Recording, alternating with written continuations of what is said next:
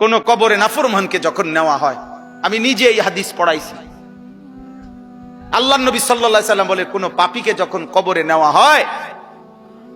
কবরের ভিতরে না, কবরে নেওয়া হয় যখন, তার লাশ যখন কাঁধে নেওয়া হয়,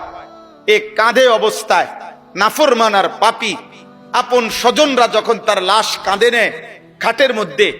আল্লাহর কসম নবী বলে সে এমন বিকট চিৎকার করে, ইয়া ওয়াইলাতা ইয়া লাইতাহা,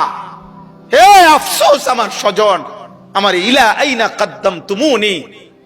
আরে ফুত তুই আমারে কই নিচ্ছিস, আমার সন্তান, আমার ভাই, তুই আমারে কান্দে নিয়ে ওদিকে নিচ্ছিস কেন? মনে আমারে মাইরা ফেলবে তো, আমারে কবরে দিস না রে আব্বা, আমারে কবরে দিস না, আমারে তো ফেরেশতা মাইরা ফেলবে, আমারে তো শেষ করে ফেলবে, আমারে দিস না। এইভাবে স্বজন নিজের স্বজন ডাকে যে,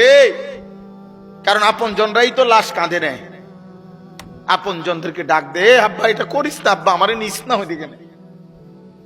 আল্লাহর নবী বলেন পৃথিবীর সমস্ত মানুষ যদি একসাথে শুনতো, এক মাঠে দাঁড়াইয়া একত্রে, খোদার কসম নবী বলছে আদম থেকে ইসরাফিলের ফু পর্যন্ত সমস্ত মানুষ যদি এক মাঠে থেকে একবার জীবনে এই পাপীর চিৎকার একবার শুনতো,